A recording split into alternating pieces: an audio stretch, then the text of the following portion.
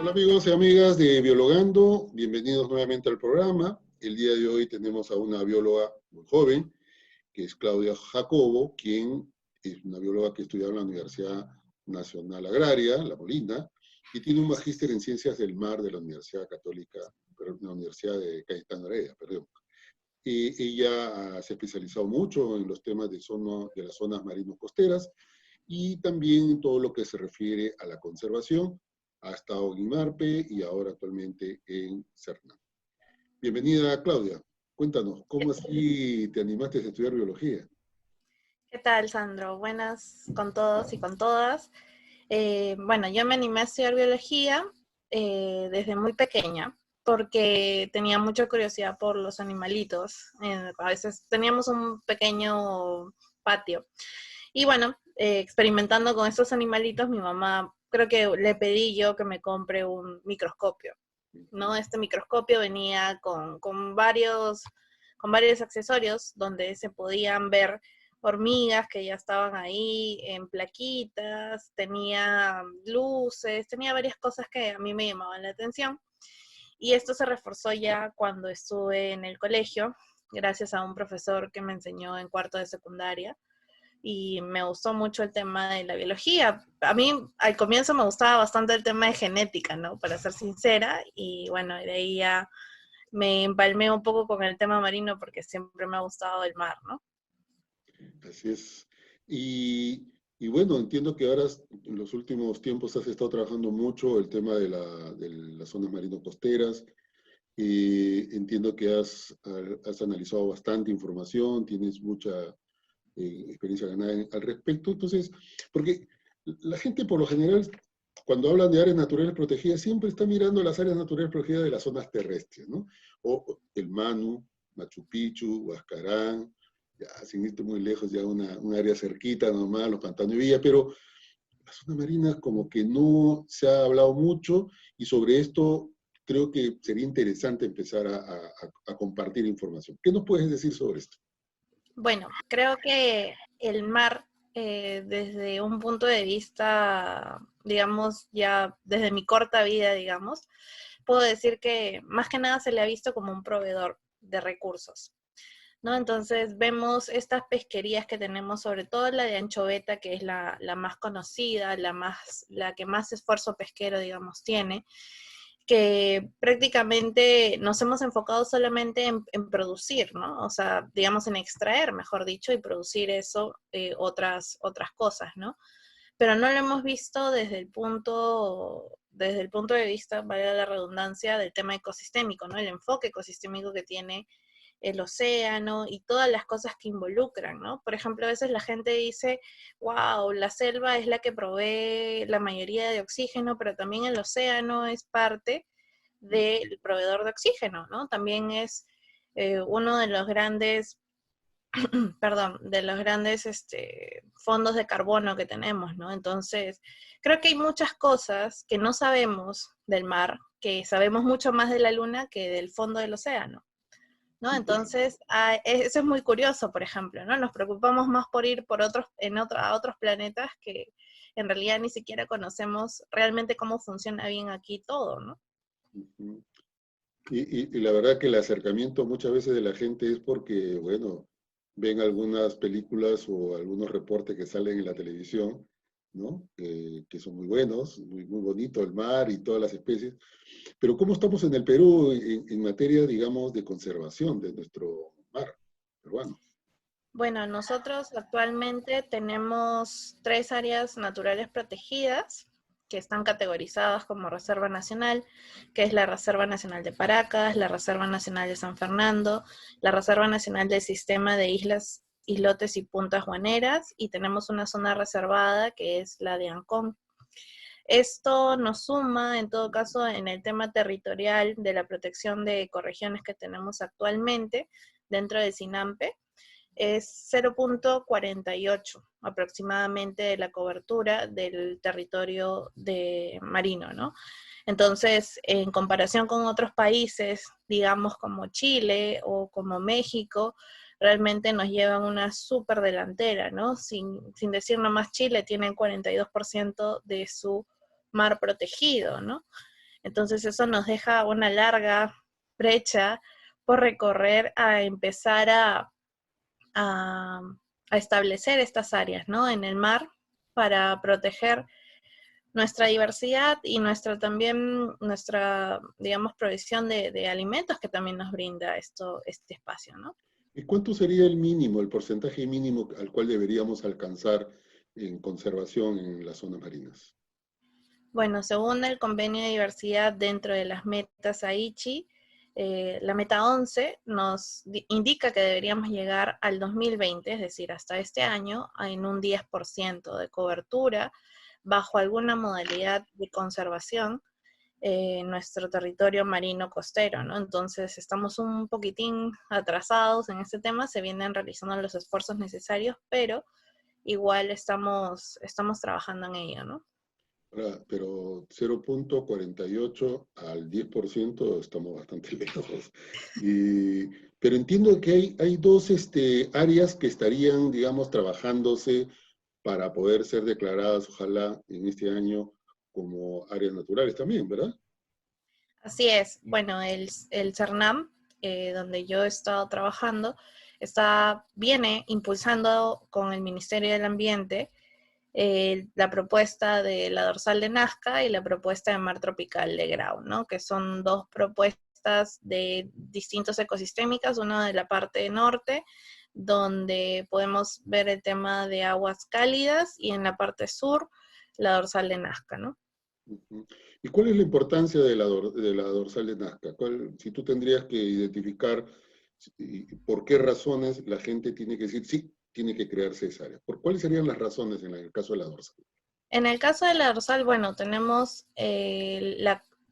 digamos, los montes submarinos que se encuentran muy profundos en esta área, que prácticamente son pristinos, ¿no? Realmente no tienen, digamos, alguna intervención humana que se conozca hasta la fecha, y que, bueno, es una buena oportunidad para también hacer investigación. Es un lugar recóndito que todavía no tiene, digamos, una data específica. Tenemos la data compartida con el tema de nuestros vecinos chilenos, que ellos sí han realizado investigación dentro de sus montes, donde han encontrado maravillas, ¿no? Especies endémicas, especies que no han sido registradas. Entonces realmente es una oportunidad para poder investigar y también ver qué tenemos, ¿no? En este espacio.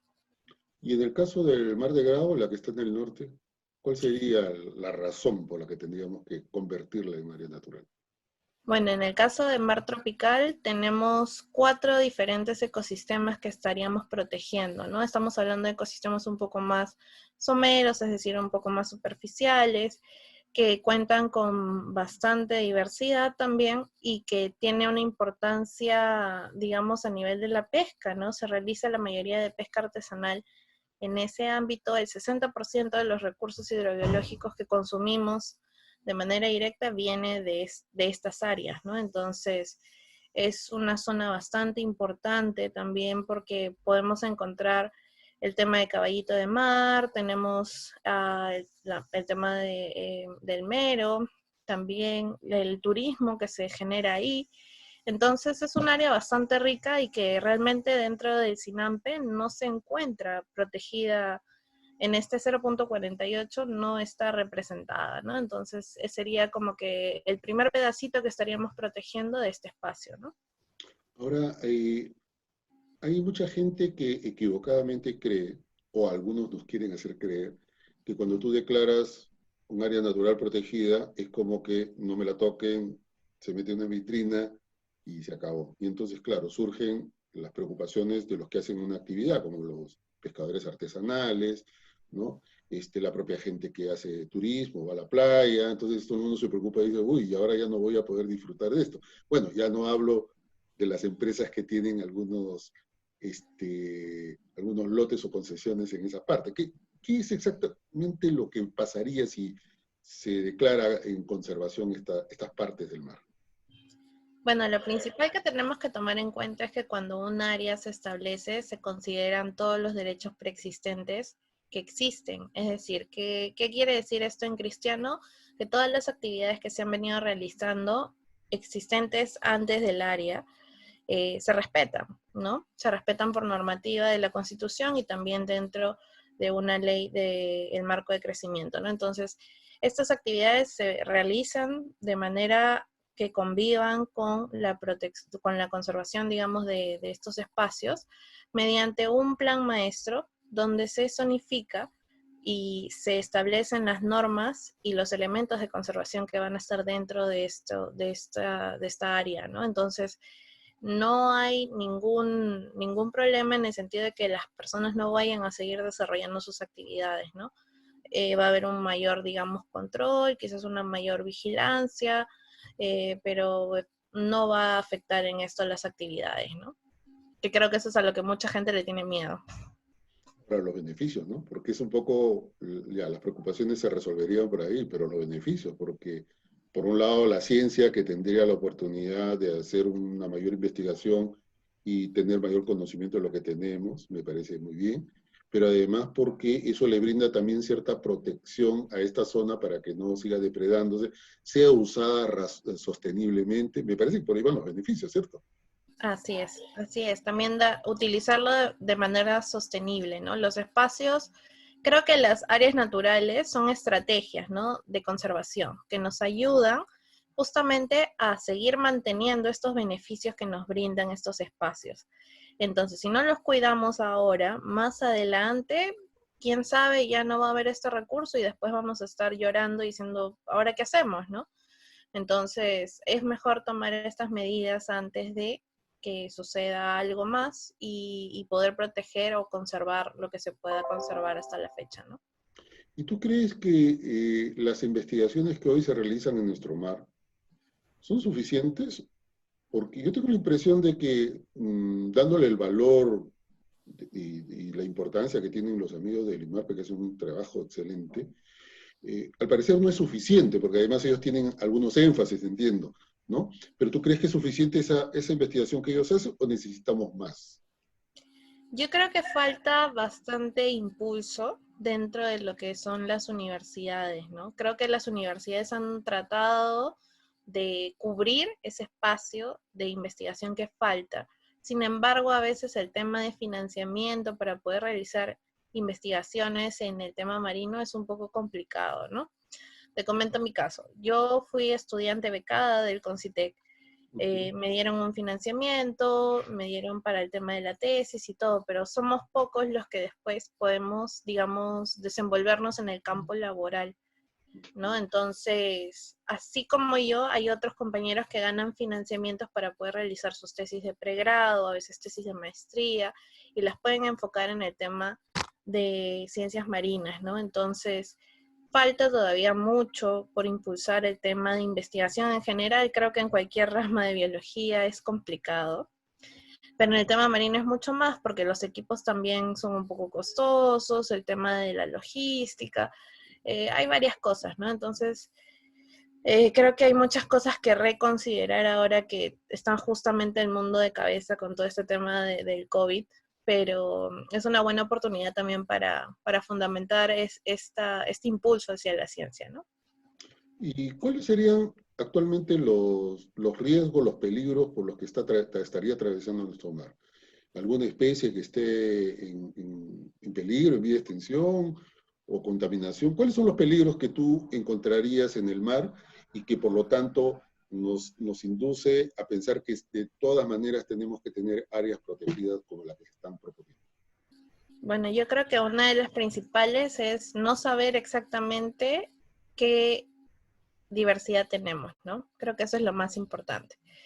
Decir, ay, este espacio es muy diverso o el otro es no tanto, falta bastante trabajo por hacer todavía en el tema de saber qué cosas es lo que tenemos a nivel costero y a nivel de profundidad, ¿no? Si hablamos así a nivel macro. Creo que otra de los temas más importantes es la contaminación que existe en algunas bahías, como podemos ver el tema de Ferrol, en Chimbote, que también hay una contaminación bárbara y creo que antes ese espacio era súper productivo y tenía además cosas.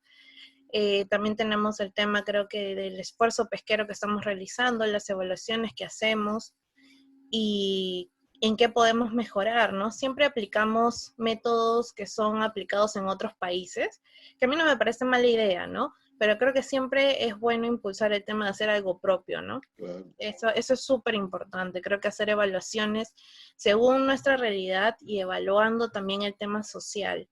Creo que también ese es un tema importante, ¿no? El tema de los pescadores artesanales es a veces un poco penoso porque también es una población que está abandonada, que si bien es cierto, a veces no la vemos o no conocemos el tema, pero ellos también forman parte de estos, de este enfoque, ¿no? Sí, una pena, porque la verdad, yo en lo personal tengo familia que ha sido pescadores artesanales, tengo parte de mi familia en Huachaco, en Trujillo, y he conocido de cerca un poco la experiencia de ellos.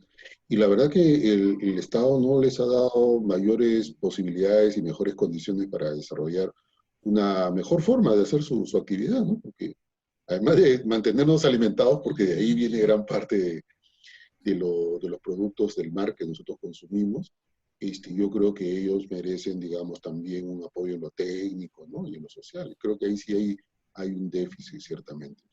Ahora, otra cosa de las que también la gente no percibe, porque como no conoce mucho, salvo de ir a la playa y mirar por ahí con mucha suerte un delfín, y ahora que hay una cantidad de aves dando vueltas por la playa, lo cual es una hermosura, y la gente tampoco se da cuenta que si miramos hace 50 años, gran parte de los sedimentos que venían por el río terminan en el mar.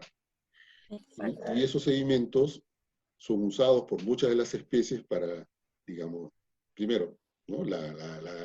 Las especies toman parte de eso para poder alimentarse, ¿no? En todo el ciclo que hay ahí.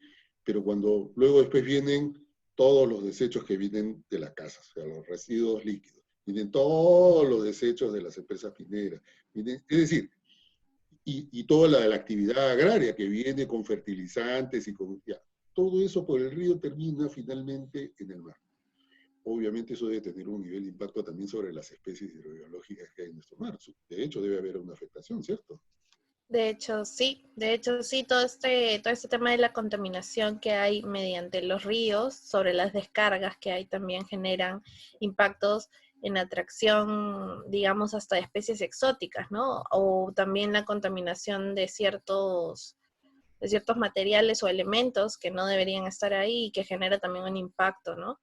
Realmente hacen falta también estudios de esta contaminación que ocurre, ¿no? Que a veces nosotros decimos, ay, sí, que botamos algo a la basura y no sabemos que esto prácticamente termina en el mar, ¿no?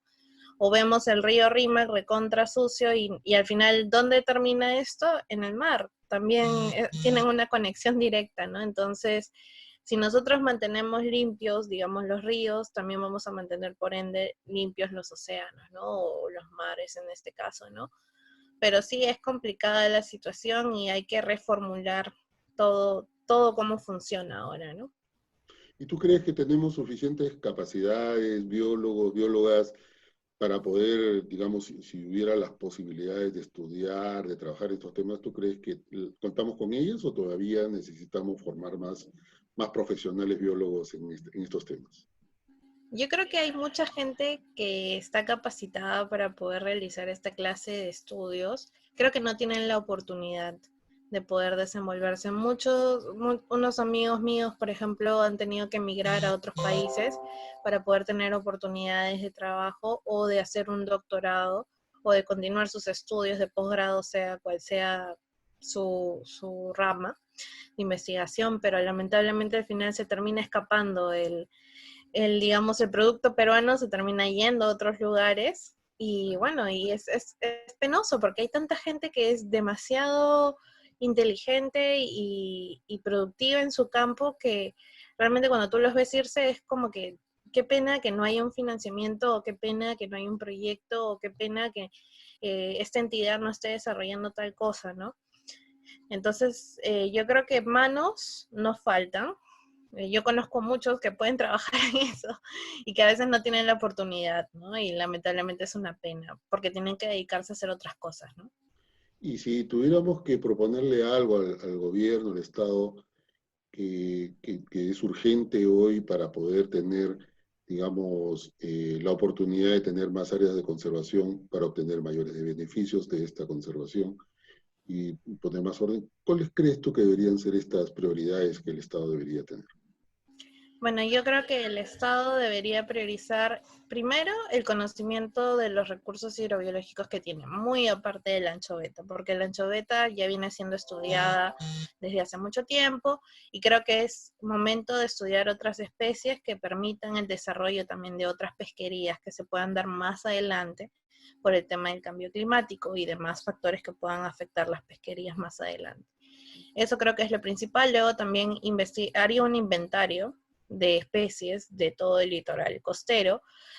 Siempre hay estudios que están, digamos, por partes o no han sido publicados, de la parte norte, de la parte centro y de la parte sur. También creo que sería importante el tema de identificar qué necesidades tienen los pescadores artesanales, ¿no? ¿Qué es lo que, en lo que está fallando, digamos, el sector de producción con ellos y ver qué programas se pueden hacer con ellos y trabajar con ellos de la mano, haciendo ciencia, pero también con el conocimiento que ellos tienen, ¿no? Y ver también el tema económico, ¿no? Que eso también es un factor súper importante dentro de todo esto, ¿no? Yo creo que los tres factores van de la mano, el tema biológico, el tema social y el tema económico, ¿no? Son tres cosas importantes para poder hacer toma de decisiones, ¿no? Excelente. Gracias, Claudia. La verdad, muy importante la información que nos das y nos compartes. Creo que aquí hay una prioridad que no podemos dejar de lado. Todo el mundo está hablando, no hay que volver a la normalidad, hay que construir otra normalidad. Me parece excelente, pero esa nueva normalidad tiene que incluir un énfasis en la investigación y tiene que y también incluir un enfoque en lo ecosistémico, para lo cual Exacto. el mar es parte, digamos, de esa prioridad. Me parece excelente que por ahí empecemos a trabajar. Bien, por lo demás te agradezco, Claudia, esta entrevista que nos has permitido dar. Felicitaciones por el trabajo que vienes haciendo y que vienes desarrollando. Y bueno, a todos ustedes, amigos y amigas, les decimos que Claudia y yo nos quedamos en casa. Hasta el próximo programa. Así es. Chao. Gracias. Chao.